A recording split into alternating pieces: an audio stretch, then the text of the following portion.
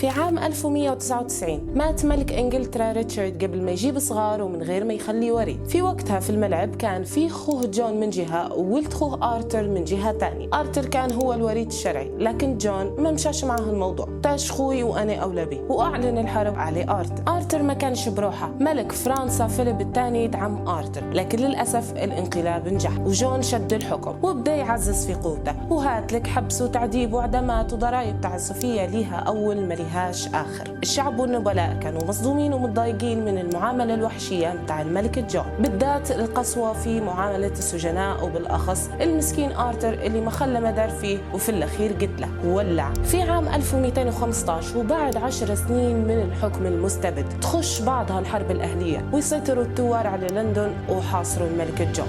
لآلاف السنين كان الحكم المطلق هو الموضة، سلطات الحكم محصورة في شخص واحد زي الملكية أو مجموعة معينة زي حزب سياسي أو ديكتاتورية عسكرية. القانون هو الملك والملك هو القانون. ومع مرور الزمن وتغير هالبحاجات وانتشار الديمقراطية وحقوق الإنسان بدينا نسمعوا في جملة دولة القانون أو حكم القانون بدل من حكم الفرد أو الجماعة. دولة القانون مصطلح مش مفهوم لا راس من رجلين، كل حد يستعمل فيه بطريقة، أكيد سمعت هلبة سياسيين يستعملوا فيه، لكن بدون تعريف واضح تقعد سيادة القانون معرضة لخطر إنها تعني كل شيء تقريبا، فحتولي ما عادش تعني شيء. حسب مؤشر سيادة القانون التابع لجلوبال ايكونومي تعكس ليبيا في قاع الترتيب وفي المركز 190 في عام 2019. المؤشر يشوف في مدى ثقة كل الجهات في القانون والتزامهم به، وبالذات جودة إنفاذ العقود وحقوق الملكية والشرطة والمحاكم، وزيد عليها احتمال ارتكاب جريمة وعنف. من عام 1960 ل 2019 كان متوسط القيمة لليبيا 1.24 نقطة، بحد أدنى سالب 1.85 نقطة في عام 2019، الأسوأ بالنسبة لحكم القانون.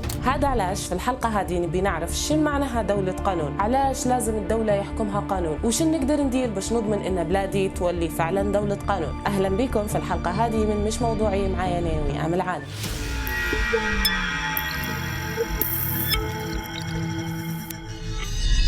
الدكتاتوريات الشمولية يطور فيها القائد أو الزعيم كاريزما عبادة شخصية قدام الجماهير في نظام شبه ديمقراطي يعتمد على العلاقة بين الجماهير والقائد من خلال اللعب على وعيهم وتوعيتهم وخلق صورة شبه نبوية لشخصيته. زي ما قلنا في الملكية، القائد هو القانون والقانون هو القائد، ويبدأ يحاول يفرض سلطة على المجتمع ويسيطر على كافة جوانب الحياة الشخصية والعامة. الشمولية تسعى للتحكم بكافة أوجه الحياة بما في ذلك الاقتصاد والتعليم والفن وعادات المجتمع وثقافته. يعني لو كنت مواطن عادي تمشي الأمور مدامك مش سياسي أو وسطي أو يميني ويساري، لا هي في روحك وخلاص. الناس اللي تعارض في النظام عندها حلين، المنفى ولا الموت. تم استخدام الموت للتعامل مع كل شيء تقريبا وبدون تمييز بين الجرائم العادية ولا الجرائم السياسية. يعني غالبا ما يتم حبس السجناء السياسيين مع اللي قاتلين ومع اللي خامبين، وحقك بالله واشرب ميته. بالمنطق يعني ما فيش حد يبي يعيش هالعيشة الغبرة هي. وهنا يجي دور القانون. تتذكر في الملك جون اللي محاصرينه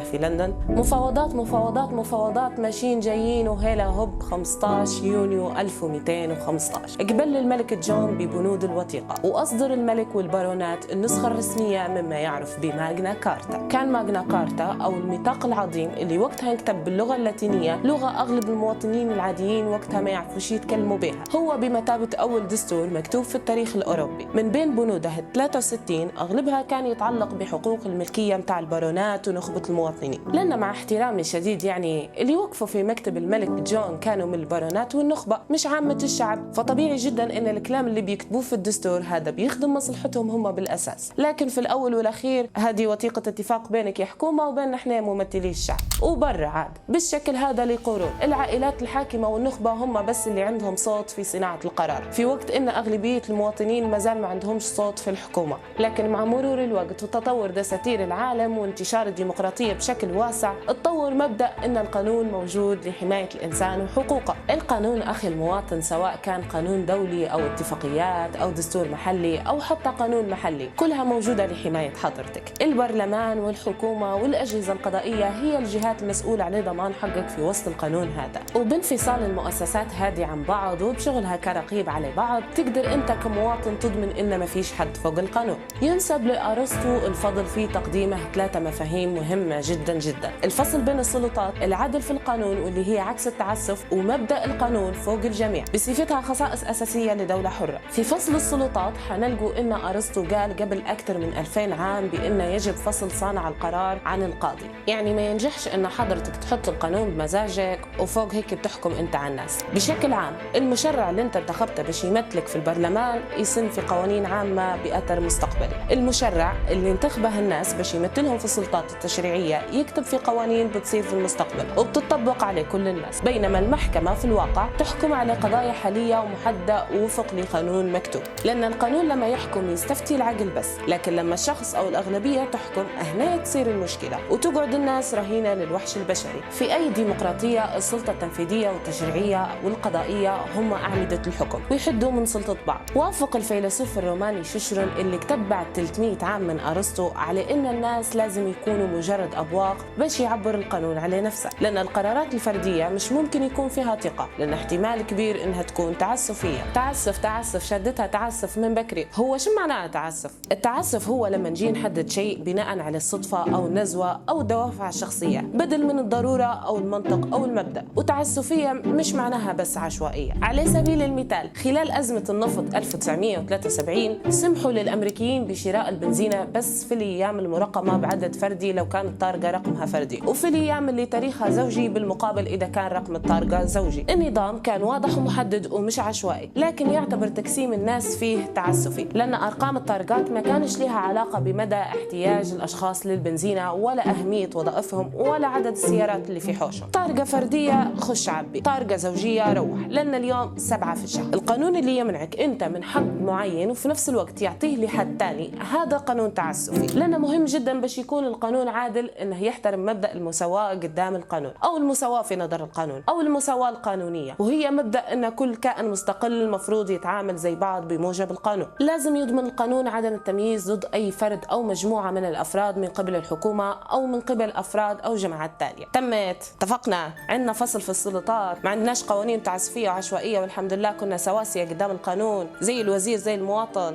أنا كل واحد بنشده بنطلع عينه، زي وزير زي مواطن، مشبوه بنحطه في الحبس نعذبه لين يعترف. لا يا بابا، لا يا حبيبي، في حاجة اسمها حقوق إنسان، واللي ما ترضاش في نفسك ما ترضاش في غيرك. خوي المتهم بريء حتى تثبت إدانته، ولكل إنسان الحق في الحياة والحرية وفي الأمان وحق التمتع بحماية القانون. لأن سهل إنه يكون عندك قانون وأجهزة تنفذ القانون، لكن شنو الفايدة لو مش محترم حق البني آدم؟ كل الناس سواسية قدام القانون، لكن أي حد ممكن يتعذب في السجون، ما درنا شيء. احترام مبادئ حقوق الإنسان هي تاب الأخير في وصف دولة القانون اللي كنا نبوها، دولة العدل، دولة الحقوق، الدولة الدستورية. تقتصر سلطة الدولة فيها على مبدأ حماية المواطن من الممارسة التعسفية للسلطة. في دولة القانون يتمتع المواطن بالحقوق المدنية قانونيا ويقدر يستعملها في المحاكم.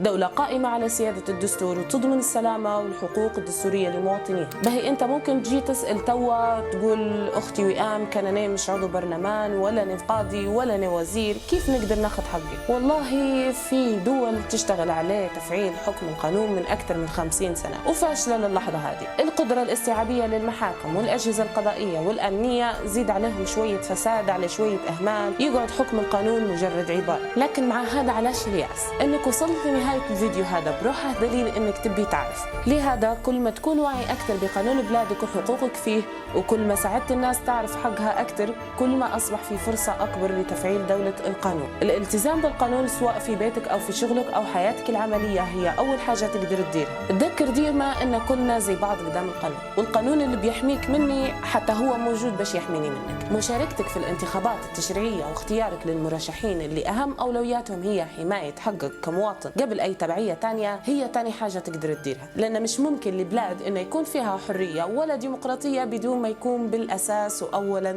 دولة قانون. فما تقولش مش موضوعي.